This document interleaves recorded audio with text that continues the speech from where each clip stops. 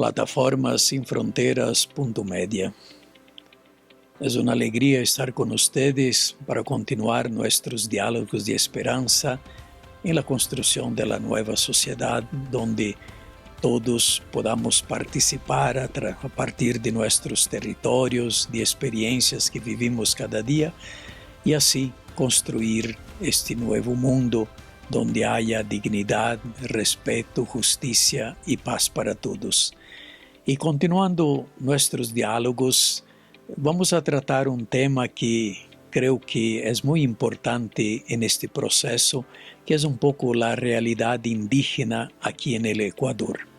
Y para compartir con nosotros tenemos la dicha de tener aquí hoy el padre Rodrigo Chicaiza, es un sacerdote de la diócesis de Ambato y también es el vicario de pastoral indígena de la misma diócesis y que acompaña todo el proceso de participación, de construcción, de rescate de las culturas indígenas aquí en el Ecuador. Entonces queremos dar la bienvenida al padre Rodrigo para que podamos así dialogar y compartir un poco toda la experiencia que él realiza en este trabajo con los pueblos indígenas. Bienvenido, padre Rodrigo. Muchas gracias, un agradecimiento por haber invitado a esta entrevista y poder también compartir algo que esté al alcance de nuestro conocimiento y de nuestra experiencia. Así para conocimiento, información, ¿cuántos grupos indígenas hay aquí en Ecuador?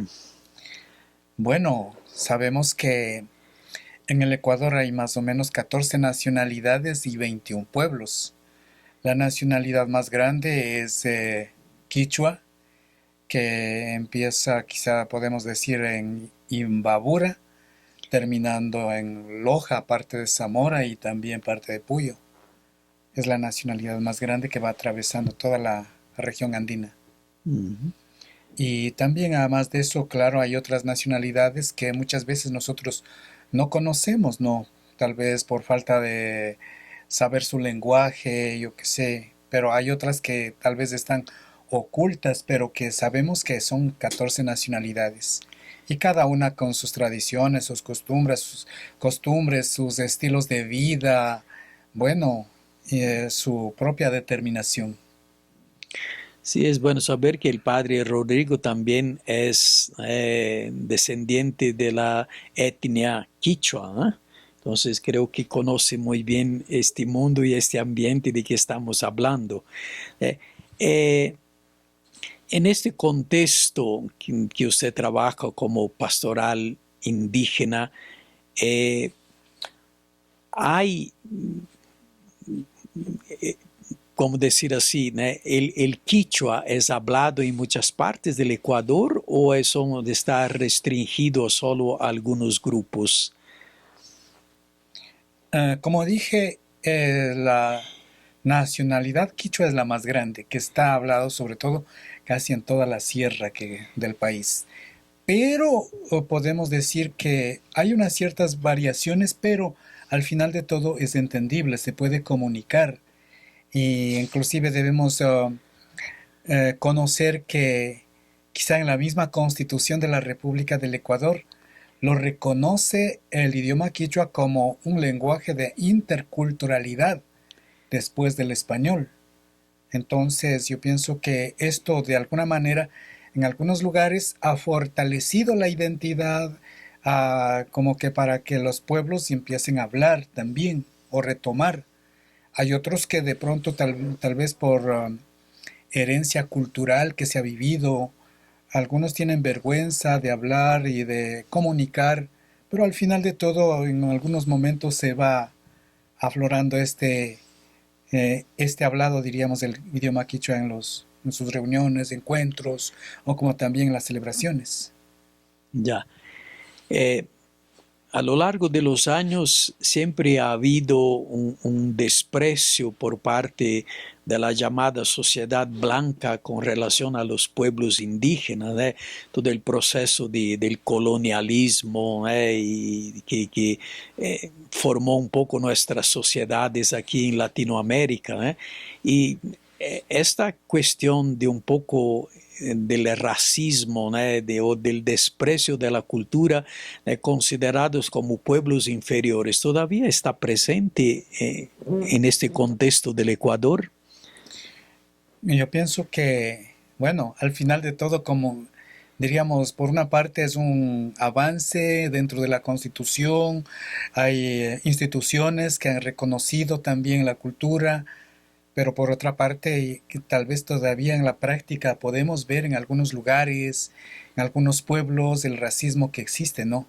A la discriminación y siempre también inclusive hacia la cultura quichua o a los pueblos indígenas, siempre lo han considerado como algo inferior.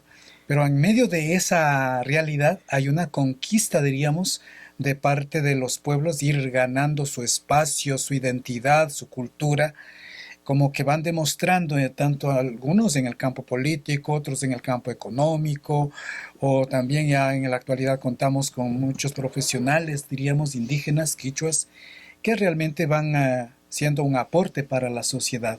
Entonces esto nos ayuda también quizá a seguir luchando, remando cada vez más Claro. para volver a retomar la identidad con orgullo. Sabemos que ser indígena o hablar quichua o tener un estilo de vida diferente no es un pecado para nadie, sino que somos simplemente pueblos diferentes. Podemos entender también a lo largo de la historia, podemos decir que el indígena ha sido considerado tal vez como el único ser como si fuera un ser extranjero dentro de su propio territorio, dentro de su propia realidad, porque es el único que puede decir, pongamos el ejemplo, siempre quizá viviendo una realidad diferente, o en otras ocasiones se ha visto también inclusive como que hay una imposición cultural de la parte de la población blanco mestiza. Sin embargo, en medio de esas realidades, pero hay experiencias realmente positivas y también todo esto con el acompañamiento también de la iglesia y de algunas personas, ¿no? Sí, yo acho que en ese sentido, ¿no? También como iglesia ha progresado, porque también hay ya las traducciones de la Biblia en quichua y no sé si hay en otras lenguas también ya aquí en Ecuador. Sé que hay la traducción de Biblias a sus propias lenguas nativas, ¿no? Por ejemplo, sé que hay también en Shuar, no sé si otras en otras lenguas, pero en Quichua también tenemos. Lamentablemente que también el lenguaje quichua ha ido evolucionando, diríamos, Claro. ¿no? Era un lenguaje simplemente de tradición oral, no era escrito. En la Ujú. actualidad ya contamos, diríamos, con el quichua nuevo, unificado, que trata de un poquito de que empecemos a tener su propia gramática, su estilo de vida. Entonces, sí, evidentemente habría que actualizar en algunos materiales que están escritos en el quichua antiguo. Y en el proceso de educación hay el estudio bilingüe en español y también en quichua en algunas etnias o, ¿no? Grupos, precisamente el quichua. Lamentablemente habría que fortalecer. Ha habido en los años anteriores la experiencia de educación bilingüe, Sí. pero en algunos lugares como que ha ido desapareciendo por falta de acompañamiento, diríamos quizá del mismo Estado, las políticas del Estado, tiene que favorecer sobre todo a, a que esta educación sea realmente inclusiva y al mismo tiempo que vaya ayudando a fortalecer la identidad y el idioma, diríamos, ¿no? De acuerdo a la tradición y a las necesidades o los valores que hay en cada pueblo. Claro. En la cuestión de los jóvenes que a veces por situaciones de falta de trabajo, de tantas oportunidades, a veces hay muchos indígenas que también a veces migran de sus territorios y van perdiendo un poco toda esta identidad cultural. ¿Cómo la iglesia trabaja un poco esto para recuperar esta cultura, valores? Es un tema realmente muy complejo, sobre todo hablemos así, de rescate cultural, Sí. porque vivimos en una época donde va una creciente aculturación en la niñez y en la juventud. Solamente que ha habido desde, más bien desde otros sectores de los pueblos o de organizaciones que han ido un poquito fortaleciendo la identidad. Lamentablemente hay algunas jurisdicciones eclesiásticas o quizá autoridades eclesiásticas que tampoco valoran, o los agentes de pastoral que de pronto no valoran mucho esto. Sin embargo, hay experiencias que se van luchando, ¿no? Para poder hablar de rescate cultural, del idioma, de las tradiciones, costumbres. Inclusive nosotros en la actualidad mismo nos encontramos un poco a nivel de zona centro. Estamos realizando un catecismo bilingüe, diríamos, ¿no?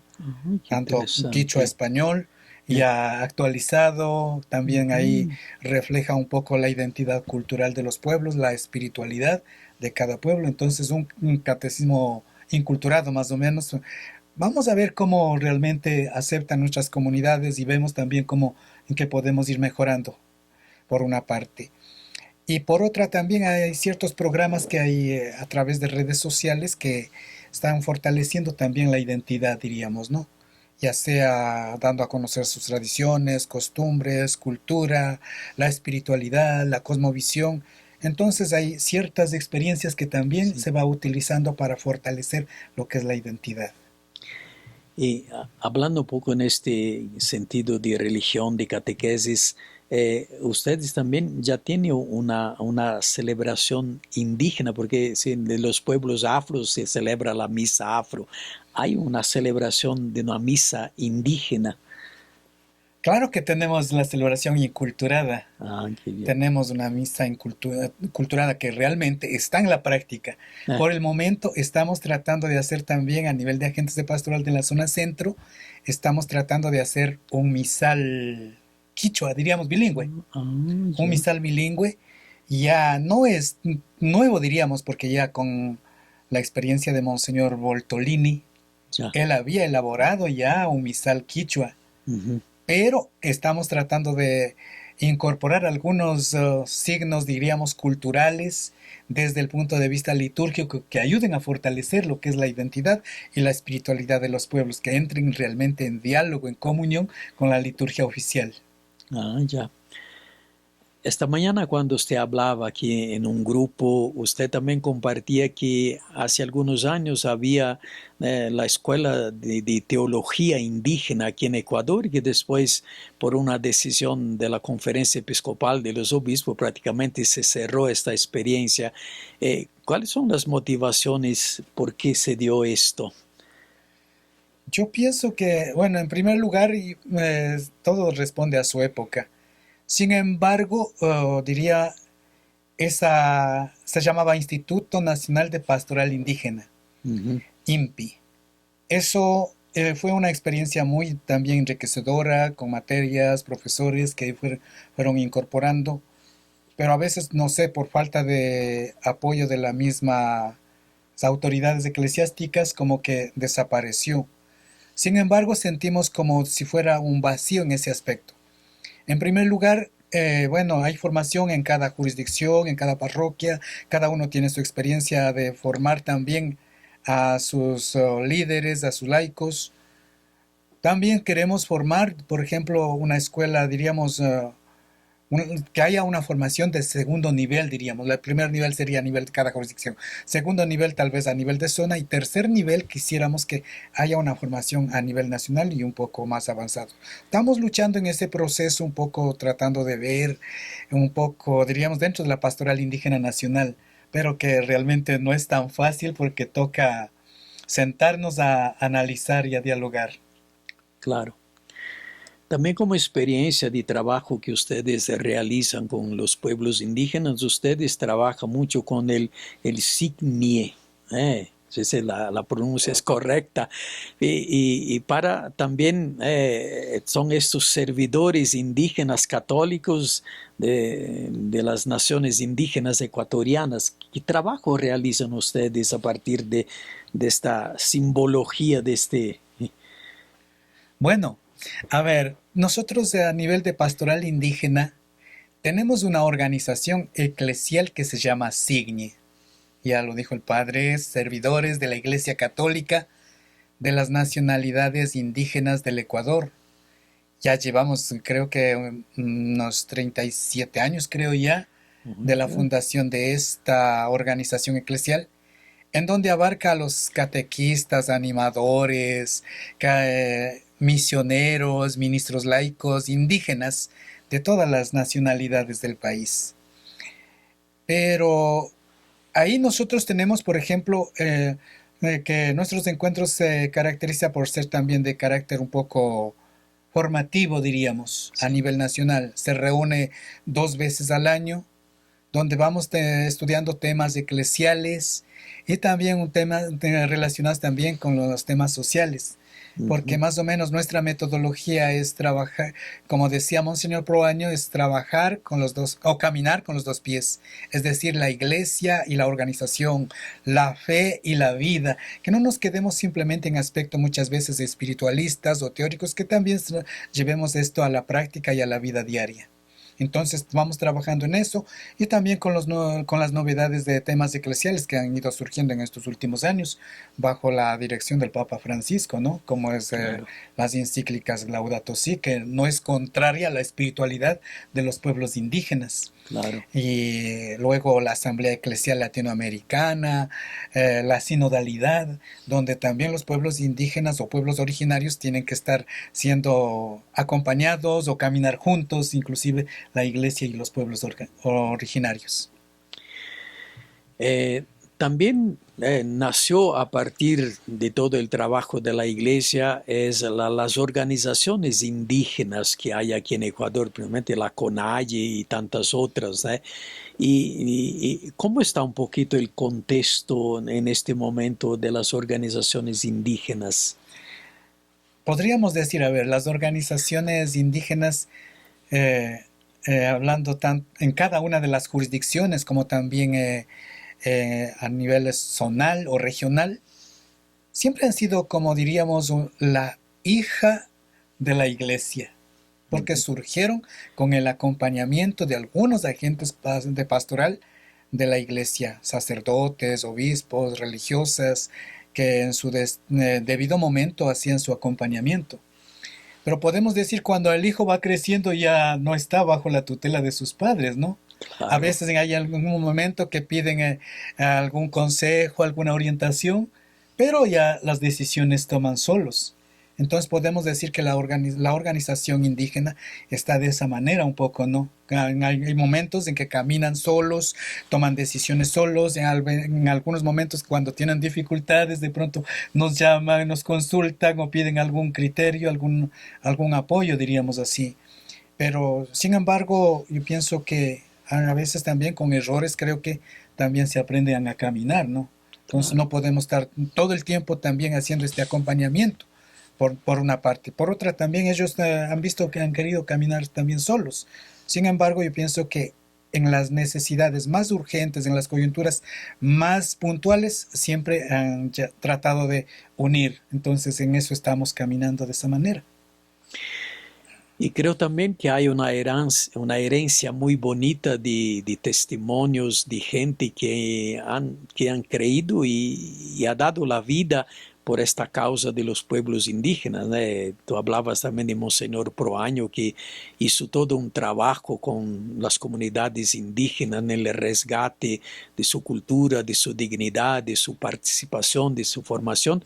Y también creo que también el testimonio y el martirio de Monseñor Labraca y la hermana Inés, de que celebramos, creo, ya algunos años de toda esta espiritualidad, que como iglesia somos llamados a testimoniar a partir de esta dedicación. ¿Esto ayuda a motivar el trabajo que ustedes llevan adelante ahora? De alguna forma serían nuestros referentes en la pastoral indígena. Han habido, por ejemplo, muchas personas, como dije anteriormente, sacerdotes, obispos, religiosas, que han estado al frente de este caminar de la pastoral indígena a nivel del país, ¿no? Usted acaba de señalar a Monseñor Lavaca y la hermana Inés allá en Orellana. Orellana. Luego Monseñor Proaño en Riobamba, en el Azuay Monseñor Luna, que también Ya, apuntó sí, por sí. la pastoral indígena, lo ayudó. Monseñor José Mario Ruiz en Cotopaxi, el padre Tamayo en Tungurahua, los padres salesianos en el sur del oriente, Sí. es de las religiosas lauritas y muchas comunidades han estado de alguna forma acompañando, diríamos. Y sin embargo hay un legado, diríamos, que seguimos nosotros apuntando y seguimos haciendo este proceso de acompañamiento a la pastoral indígena. Ya. Bueno, para ir concluyendo un poco todo este compartir de esta bonita experiencia del trabajo que usted, Padre Rodrigo, realiza a partir como vicario de pastoral indígena de la diócesis de Ambato, ¿cuál es el mensaje que usted eh, dejaría a los pueblos indígenas y a toda la sociedad para que juntos construyamos este nuevo Ecuador con toda esta riqueza de culturas, de diversidad de pueblos y no tanto mirar a veces el lado de la polarización, ustedes son indígenas, ustedes afro, nosotros de la costa, ustedes del oriente, nosotros de la sierra. Hay un poco de, de una cierta racismo de grupos. Como una palabra de esperanza para ayudar a que juntos somos más y ayudamos a complementarnos como pueblos, como cultura. Yo pienso que el llamado que hace el Papa Francisco, sobre todo a caminar en sinodalidad, caminar juntos, primera cosa. Ese caminar juntos no significa que tal vez que yo tenga que acoplar o adaptar a su pensamiento, a su realidad, sino que cada uno se constituye una riqueza, siendo diferentes, pero caminando juntos. Y ese siendo diferente y caminando juntos implica también saber vivir la interculturalidad. ¿Ya? Cada uno tiene su riqueza cultural, tiene sus valores y aprendiendo a respetarnos de unos a otros y valorando también la riqueza cultural de cada pueblo. Muchísimas gracias, Padre Rodrigo Chicaiza, sacerdote de la diócesis de Ambato, vicario de pastoral indígena de la misma diócesis y también originario del pueblo quichua. Muchísimas gracias por compartir con nosotros y ayudándonos también a trabajar en esta construcción de que todos unidos formamos el pueblo de Dios en la construcción de este nuevo cielo, de esta nueva tierra en medio de nosotros. Muchísimas gracias.